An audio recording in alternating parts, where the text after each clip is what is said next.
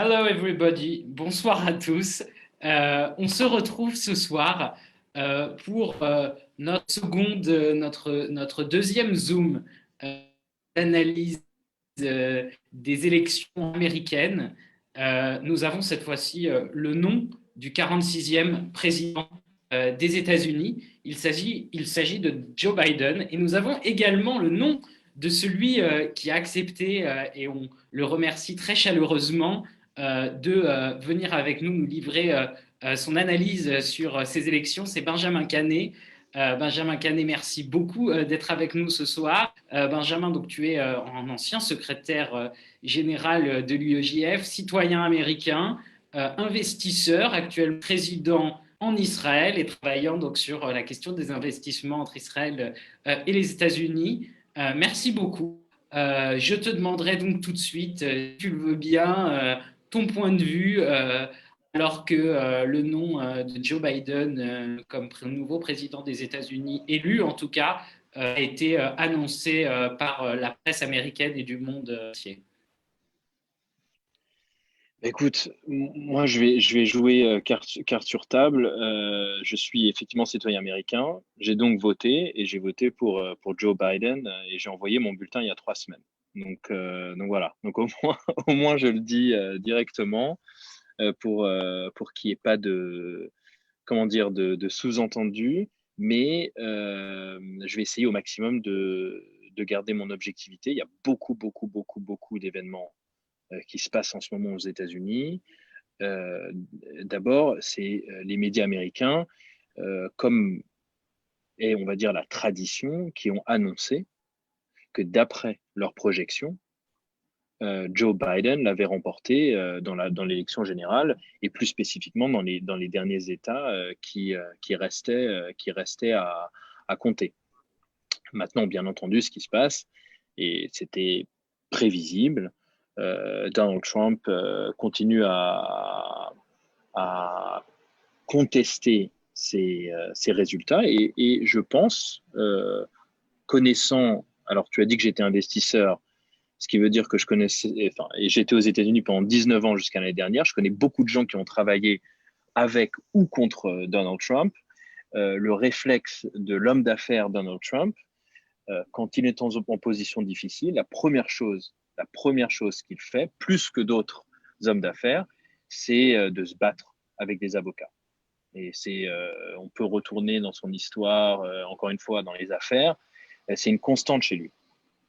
Et je pense, on pourra développer ça plus tard, euh, qu'il essaye aussi de créer une histoire qui, s'il est avéré effectivement qu'il n'y a pas eu d'irrégularité et que Joe Biden est confirmé et élu président, ce qui n'est pas encore le cas, parce que c'est les grands électeurs qui doivent l'élire dans plusieurs semaines, il crée une histoire qui va lui permettre ou permettre à un de ses enfants d'exister médiatiquement pendant les 3 prochaines années et concourir et peut-être gagner les primaires républicaines, encore une fois, dans 3 ans et demi. Donc ça, on peut en parler parce que c'est quelque chose, je pense que les médias, parce qu'on est dans, encore une fois, l'excitation, pardon, il y a une moto qui passe, les motos à Tel Aviv font beaucoup de bruit, euh, dans l'excitation de l'actualité, je pense que les médias n'arrivent pas encore à se projeter dans 1 an, 1 an et demi, 3 ans, 4 ans, et on va essayer de faire ça peut-être aujourd'hui. Euh, je veux juste dire un truc avant de se projeter. Je voulais en exclusivité Ah, vas-y. montrer quelque chose euh, qui est d'après moi important et que j'ai pas montré depuis 4 ans. Et Samuel, je t'ai envoyé la photo de ça Absolument, et peut-être je vais le tu montrer. vas la mettre sur l'écran et j'aimerais juste expliquer ce que c'est. Voilà, super, Vas-y, c'est bon. parfait. Euh, on va revenir et il y a quelques jours, j'étais sur I24 et on m'avait demandé de débattre en faveur de Joe Biden le jour de l'élection. Et pour être honnête, je ne savais pas vraiment comment préparer le débat. Normalement, on essaye de réviser un peu son spin, ses points, etc. Et j'ai décidé de faire quelque chose d'un peu différent et de revenir à 2016. Et encore une fois, quand j'étais invité à débattre, on n'avait pas encore les résultats. Et en 2016, et en fait, finalement, en 2015, non, pardon, non, c'est ça, à la fin 2016, je travaillais pour un fonds d'investissement à New York. Et les fonds d'investissement, bien entendu, leur job, c'est d'essayer de prévoir les événements, y compris politiques. Donc, une des choses que tous les fonds d'investissement, en l'occurrence, c'était un hedge fund, font, c'est d'engager des sondeurs et on va dire des experts politiques, les payer des dizaines, voire parfois des centaines de milliers de dollars, pour essayer de prévoir le résultat d'une élection.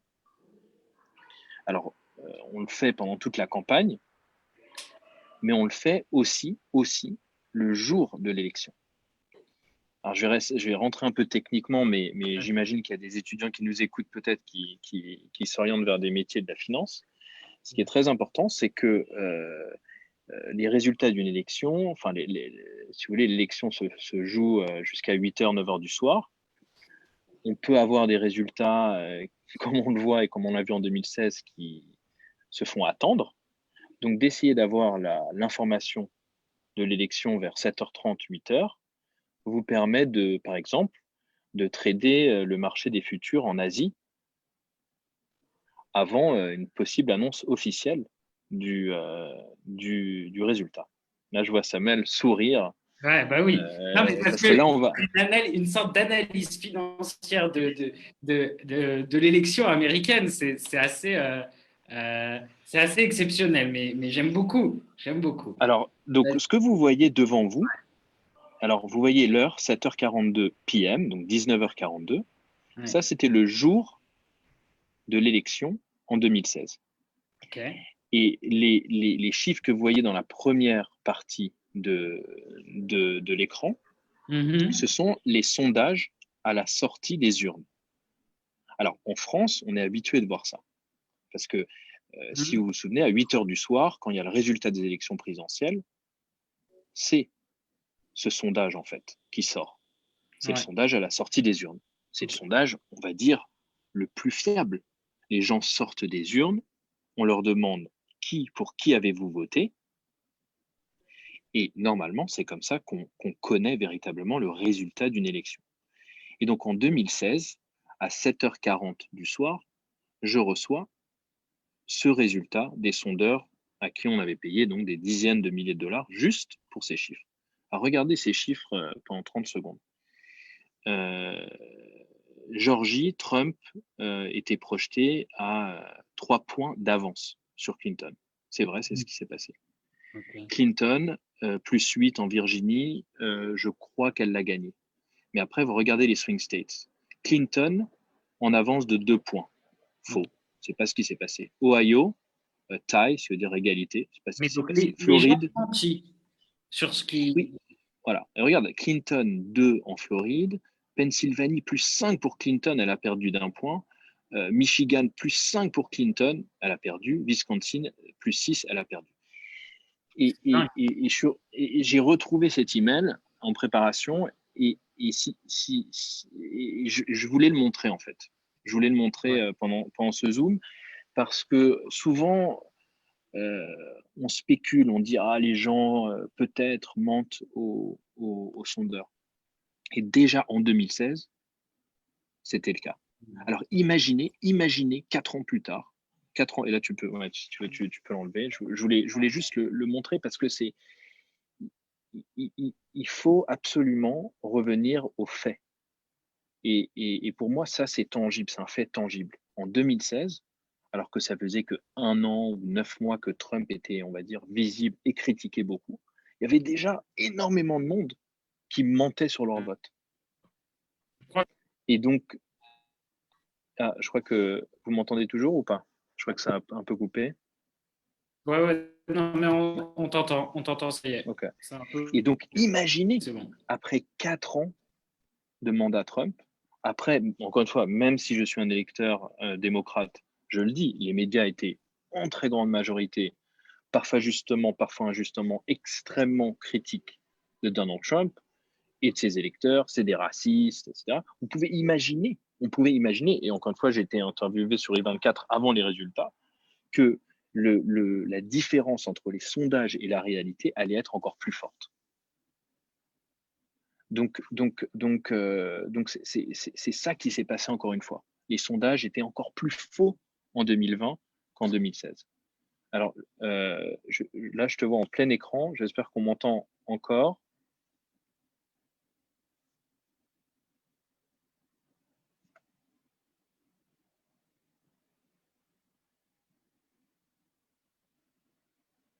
Allô?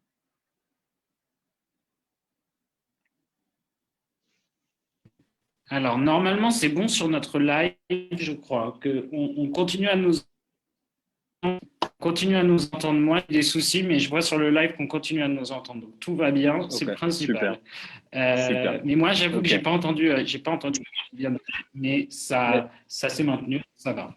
ok, super. Non, Moi, je voulais dire, moi, je véritablement, la leçon, c'est bien entendu, on s'en doute. Mais là, je voulais montrer un peu, par les chiffres, par quelque chose de tangible, la véracité de cette spéculation que les sondeurs et les sondages ne sont pas fiables. Et ça peut avoir des conséquences terribles, terribles, des deux côtés. Parce que effectivement, une des questions de poser I24 avant les résultats, c'est est-ce que des sondages trop favorables à Biden pourraient démotiver ses troupes à aller voter? Bah, peut-être. Est-ce que de l'autre côté, les soutiens de Trump maintenant disent les sondages trop favorables à Biden ont découragé les électeurs de Trump. Et donc, il y a un vrai problème au niveau des sondages qui peuvent avoir une vraie conséquence. Donc, toi, ce que tu dis, c'est presque que la leçon que tu tires finalement de ces élections, c'est une sorte de danger qu'il y a pour la démocratie, pour les systèmes démocratiques, les grands systèmes démocratiques sont mis à mal finalement par cette question des sondages, par la question aussi peut-être par d'autres questions, hein, des fake news, des choses comme ça, que c'est ça finalement toi que tu retiens peut-être plus que l'élection de Biden. Quasiment, parce que voilà, on a une partie, en fait, par rapport à, encore une fois, les sondages ont encore plus tort en 2020 qu'en 2016, dans un sens. Et donc, c'est le signe qu'il y a une partie de plus en plus importante de la population américaine, on peut extrapoler ça à beaucoup de pays européens, qui se sent hors du système, qui se sent ennemi du système. Je vois. Et ça, c'est un vrai problème. Et alors, je sais que tu es extrêmement actif encore aujourd'hui. D'ailleurs, je crois hein, dans, au sein du judaïsme américain, au sein de la communauté juive américaine, de New York en particulier. Euh, les résultats à New York étaient peut-être un peu plus serrés d'ailleurs que prévu. Euh, Qu'en est-il justement? Est-ce qu'il y a ce même sentiment chez les Juifs ou peut-être d'autres choses comme la relation très privilégiée qu'il y a eu entre Trump et Israël qu'on fait que, enfin, où se sont placés les Juifs américains? Est-ce qu'on a des éléments déjà par rapport à ça ou pas encore? Alors, c'est une super question. Juste après ce que je viens de dire, on va en venir au sondage des Juifs américains qui montrait, on va dire, Biden à 75%. Au niveau global de la communauté juive américaine, avec bien entendu chez les orthodoxes, plus un 50-50, voire une majorité pour Trump. Mais en vrai, Mhm. il y a Trump est un sujet tabou dans la communauté juive américaine. Dans beaucoup de communautés, moi je l'aurais pas fait, mais des gens qui étaient soutiens de Trump n'auraient jamais pu socialement le dire. Donc, si vous voulez, je ne sais pas comment les sondeurs ont fait ces sondages, mais on ne peut pas non plus les croire. D'ailleurs, en Floride, en vrai, l'électorat juif américain ne compte que dans un endroit, c'est en Floride. Parce que seule la Floride a une population juive non négligeable dans un swing state. C'est tout. Ah, en clair, que les juifs en Californie et à New York, là où ils sont, votent républicains et démocrates, ça n'a aucune importance pour les candidats. La seule chose qui est importante pour les candidats, c'est qu'ils trouvent des donateurs juifs dans ces deux États. C'est tout. Okay, encore une fois, carte sur table. Par contre, en Floride, oui, beaucoup de retraités juifs habitent en Floride. Une communauté juive quand même assez importante qui peut faire la différence, qui peut, à la marge. Mais en Floride, normalement, pas cette élection, mais la dernière, oui, hein, où Trump a gagné juste de 1%. En Floride, là, il a gagné plus largement, mais et puis bien sûr, on se souvient de Bush contre Gore. Le vote juif en Floride peut faire la différence, vraiment. Et donc, si on regarde sur la Floride, là, c'est différent. D'après les sondages, faux, d'après les sondages, 60% des juifs de Floride, j'ai envie de dire seulement 60% des juifs de Floride, se déclaraient votant Biden. Donc, comme les sondages sont à peu près entre 5 et 10 points, ont eu entre 5 et 10 points tort sur Trump, c'est très possible d'imaginer qu'en vérité, en Floride, les Juifs ont voté 50-50 pour Trump et Biden.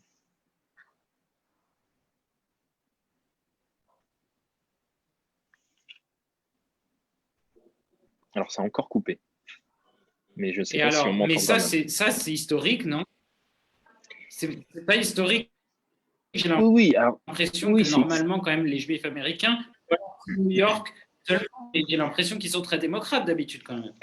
Oui, ils le sont, ils le restent. C'est une des minorités qui votent le plus démocrate, qui aussi donne le plus au Parti démocrate. C'est aussi important l'un que l'autre, voire plus important le niveau des donations que le niveau des votes, encore une fois, à part en Floride. Mais on ne peut pas complètement oublier le fait que quand même, beaucoup de juifs américains euh, ont été déçus par Obama, notamment le deal avec l'Iran. Et dans les derniers jours de l'administration Obama, le vote terrible à l'ONU contre Israël. Donc ça, c'est des choses qui restent quand même dans les mémoires. Et bon, Biden étant attaché, même si ce n'est pas la réalité, à cette administration Obama et ses décisions, c'est pas impossible de penser qu'en Floride, le vote a probablement été plus 50-50, notamment dans une population soit orthodoxe, soit plus âgée. Mais c'est vrai que voilà, c'est ça que je voulais dire quand même pour remettre un peu les choses à leur place pour la communauté juive américaine. Bien sûr, socialement, je le vois bien sûr sur mon feed de Facebook, etc. Socialement, les gens exultent, disent qu'ils sont super contents, etc. Parce que ça n'est pas socialement acceptable dans certains milieux, notamment dans le milieu juif américain, de dire qu'on est pour Trump. C'est très intéressant. Ça, c'est très intéressant. L'idée que les Juifs américains sont assez nombreux, en tout cas, à être allés voter Trump presque en cachette. Mais alors, j'imagine donc quand même que, donc, et tu viens de le dire sur l'administration Obama, la question du lien avec Israël est primordiale quand même dans l'état d'esprit des Juifs américains. La question du coup que j'ai envie de te poser, c'est comment déjà c'est pris. Toi, tu habites aujourd'hui à Tel Aviv. C'est quoi la vision à Tel Aviv? Alors peut-être qu'à Tel Aviv, c'est pas à Tel Aviv ils sont contents, mais peut-être un peu plus généralement en Israël, est-ce que on a une sorte de crainte ou au contraire pas du tout? Est-ce que toi, tu penses aussi que ça va changer quelque chose? Enfin voilà, c'est la question. Je rigole parce qu'en fait, si tu m'avais, c'est vraiment la preuve que à l'UEJF on est toujours aussi honnête, on ne donne pas les questions avant les conférences. Parce que si tu m'avais dit que tu allais me poser cette question, je t'aurais demandé de partager une image extraordinaire. Je crois qu'elle était dans la presse israélienne ou sur les réseaux sociaux en Israël, qui montrait une, euh, une carte d'Israël, on va dire par comté, comme si c'était les États-Unis, pour dire qui aurait voté Trump, qui aurait voté. Peut-être tu peux la trouver sur Internet un Ouais, instant. je vais essayer de la mettre en commentaire. Et en fait, Tel Aviv est bien sûr bleu, et puis le reste du pays est rouge. donc, Ouais, donc effectivement, si tu me demandes à Tel Aviv dans la bulle, ouais. moi ce que j'appelle, j'habite dans, là je peux pas vous montrer parce que c'est la nuit, mais dans la bulle de la bulle, c'est-à-dire je suis à peut-être deux pâtés de maison de Kikarabine. Donc, je suis vraiment dans le centre. Bien entendu, là, tout le monde est content. Par contre, je travaille juste à côté de Tel Aviv, dans une boîte. Alors, je ne vais pas citer forcément le nom de la boîte parce que ça ne dira rien, mais pour le plus gros fonds de pension israélien. C'est-à-dire, on gère les retraites, etc. Et là, si tu veux, la boîte est plus traditionnelle. C'est pas une boîte de tech dans la bulle où tout le monde pense la même chose, mange vegan et a son chien au travail. Tu vois, c'est une boîte plus traditionnelle israélienne et il y a des gens qui viennent un peu de tout horizon politique. Et il y a une vraie anxiété. Il y a une vraie anxiété. Euh, que effectivement, on va revenir aux années Obama et surtout le deal sur l'Iran. Le retour au deal sur l'Iran serait, je pense, bien entendu, moi je le pense aussi, serait très mauvais pour Israël. Et donc il y a une vraie anxiété par rapport à ça. Et d'ailleurs, des gens qui auraient probablement, comme moi, voté Biden. Mais il y a quand même cette réserve en disant, mais qu'est-ce qui va se passer? Ma réponse aujourd'hui, parce que dimanche, c'est le premier jour de la semaine, donc les gens venaient me demander, et puis ça a des implications pour le travail, ils me demandaient, mais qu'est-ce que tu en penses? Qu'est-ce qui va se passer? Et là, essayons de nous projeter dans, allez, un mois, voilà, quand Biden s'installe, ou un peu plus d'ailleurs, parce qu'il s'installe que vers la fin janvier. 20 janvier, c'est l'inauguration. Donc on a pas mal de temps, ça les gens ne s'en rendent pas compte. Je ne le vois pas souvent dans la presse française, par exemple. On a encore 2 mois et demi de présidence Trump sur le corona, sur l'économie, sur tout ça. Bon. Quand Biden arrive, une de ses premières décisions, c'est de former son cabinet. Et bien sûr, pour Israël, le cabinet le plus important, enfin les deux cabinets les plus importants, c'est le ministère des Affaires étrangères et le ministère de la Défense. Politico, qui d'après moi est un média très sérieux, en tout cas aux États-Unis, a eu un article il y a quelques semaines très intéressant sur les gens qui étaient en course à l'intérieur de l'équipe Trump pour être ministre des Affaires étrangères. La grande peur des Israéliens, par exemple, c'est qu'une personne comme Susan Rice ou Samantha Powers, qui étaient des très proches d'Obama, qui ont une attitude, j'ai envie de dire, quasi hostile à Israël, deviennent ministre des Affaires étrangères. Ça, ce serait véritablement, on va dire, quasiment des revanchardes de l'ère Obama qui viendraient dans le ministère et voudraient se venger contre notamment Bibi. Donc ça, c'est un vrai risque. Et donc j'explique aujourd'hui à mes collègues que ça, c'était un vrai risque.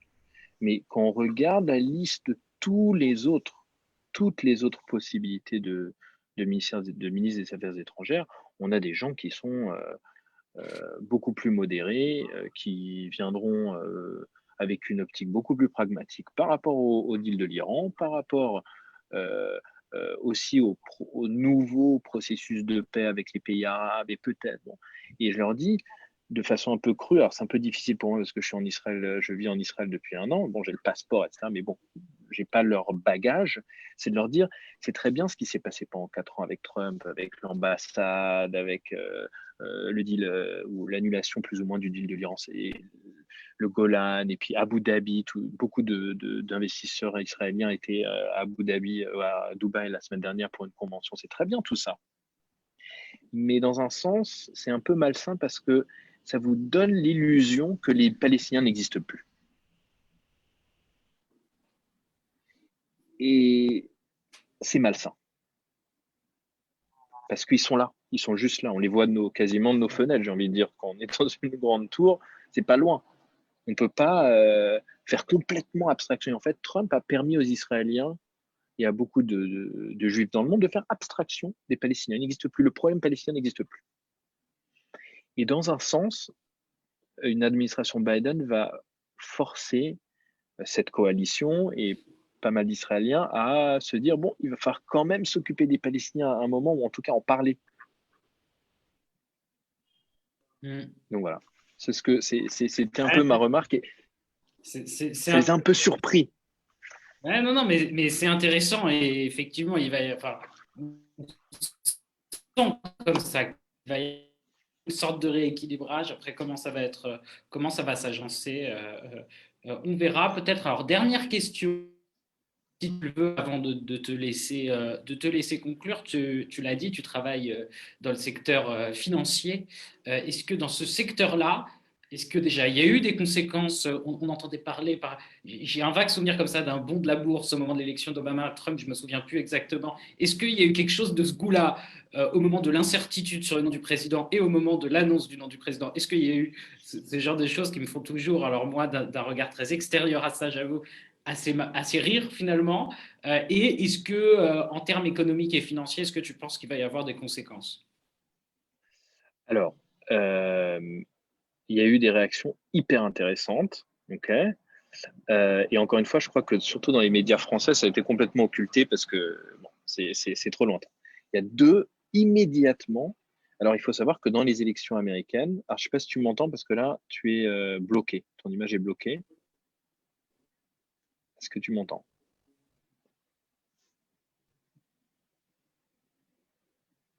Tu es revenu, mais j'attends que tu me dises que tu m'entends.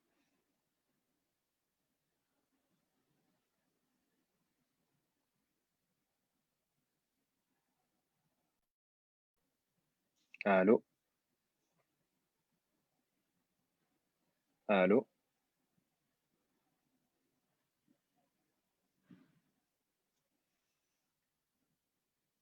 Je vous promets que j'ai des choses intéressantes à dire sur ça, mais j'attends juste que Samuel se reconnecte. Allô? Je suis là. Vas-y, Tu es là et tu m'entends? Si tu m'entends, envoie-moi un WhatsApp. vas-y parce J'ai qu'on envie de t'entend te sur dire. le live. Super. Alors je vais répondre je vais On répondre à t'entend ta question. sur le live. Réponds à la question, moins de problème. On t'entend très bien sur le live. Parfait. Alors voilà ma réponse. Il y a eu en même temps des élections présidentielles, il y avait aussi des élections sénatoriales, mais aussi des référendums dans certains États.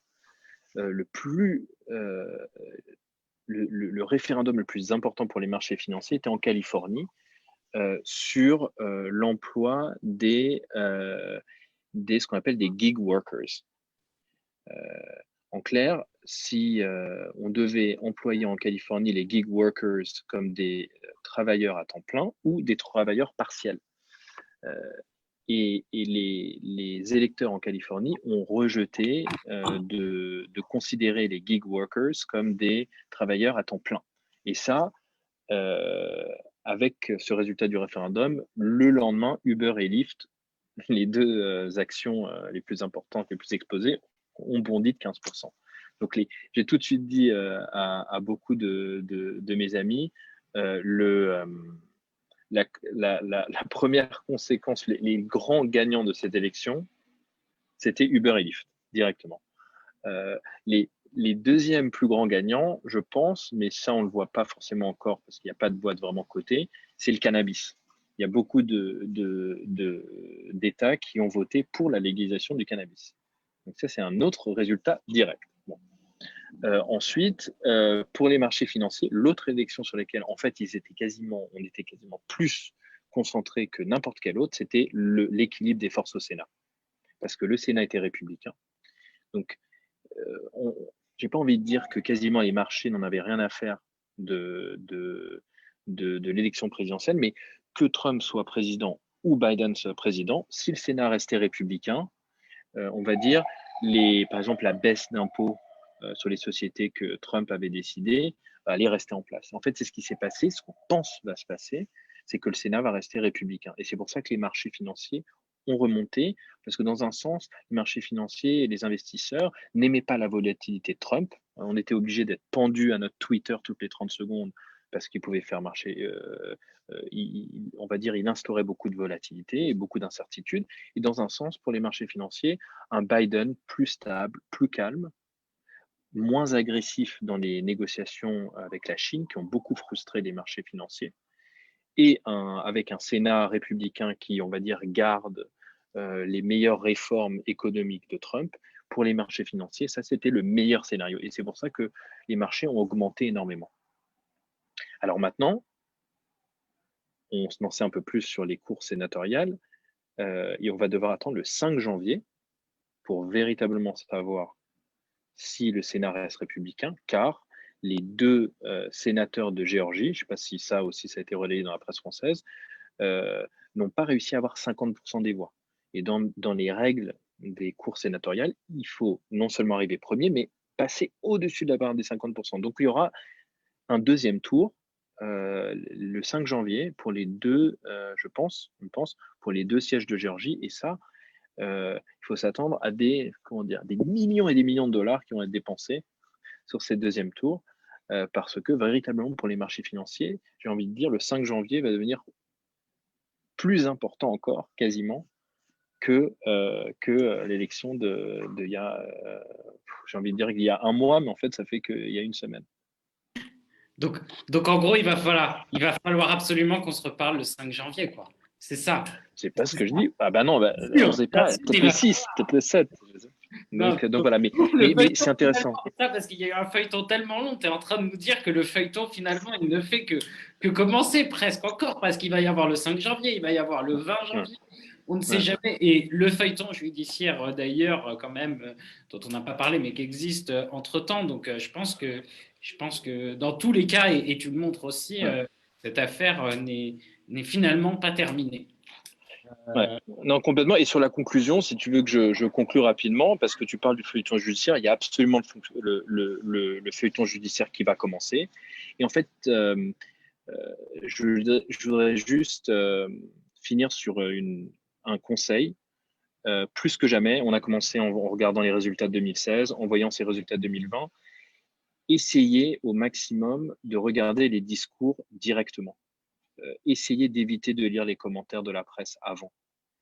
Et il y a une conférence de presse qui m'a fait comprendre beaucoup de choses il y a quelques jours, parce que je l'ai regardée directement. C'est celle de Donald Jr., donc le fils aîné de Donald Trump, et de Rudy Giuliani, qui, avant les résultats, il y a quelques jours, ont pris la parole et ont dit qu'ils allaient être extrêmement agressifs, contester les résultats, engager des avocats, etc.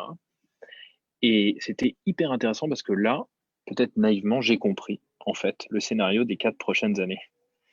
Euh, D'après moi, le scénario des prochaines semaines, c'est une bagarre juridique, autant que possible, de préparer cette histoire ou cette narrative que l'élection a été volée. Et en fait, naturellement, Donald Jr. prend le leadership là. Et donc, je suis prêt à parier que dans 3 ans, d'abord, dans 2 ans, il y aura des élections du Congrès qui seront importantes. Mais dans 3 ans, un candidat à la primaire républicaine avec la marque Trump, ça sera Donald Jr. Sur le thème, on nous a volé les élections il y a 3 ans, prenons notre revanche. Et donc, le Trumpisme n'est pas mort. Le Trumpisme, il va perdurer. Il faut pas avoir cette illusion, et je le dis à beaucoup de mes amis démocrates, il ne faut pas avoir cette illusion que Trump est parti et que ses idées et sa marque va disparaître. Le combat continue pour eux, et le combat ne fait que commencer pour la nouvelle administration, je pense, la nouvelle administration Biden contre le corona avant tout, et pour le renouveau économique. Mais cette bagarre, je pense qu'elle va arriver, et je suis assez sûr que si dans 3 ans, Donald Jr. se présente aux primaires républicaines, il a de grandes chances de l'emporter, et que probablement il aura affaire à Kamala Harris comme candidate démocrate. Je pense que c'est ça, si j'avais à parier aujourd'hui, encore une fois, en ne lisant aucune presse, mais juste en regardant les images brutes, c'est ça ma prédiction.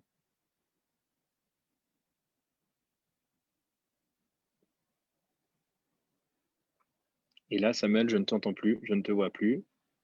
Voilà, je te vois là, et je ne t'entends pas. Et je te vois et je t'entends. Et surtout, l'important, c'est que sur le live, on te voit et on t'entend. En tout cas, j'ai bien compris ton instant, ta prédiction. J'ai envie de dire.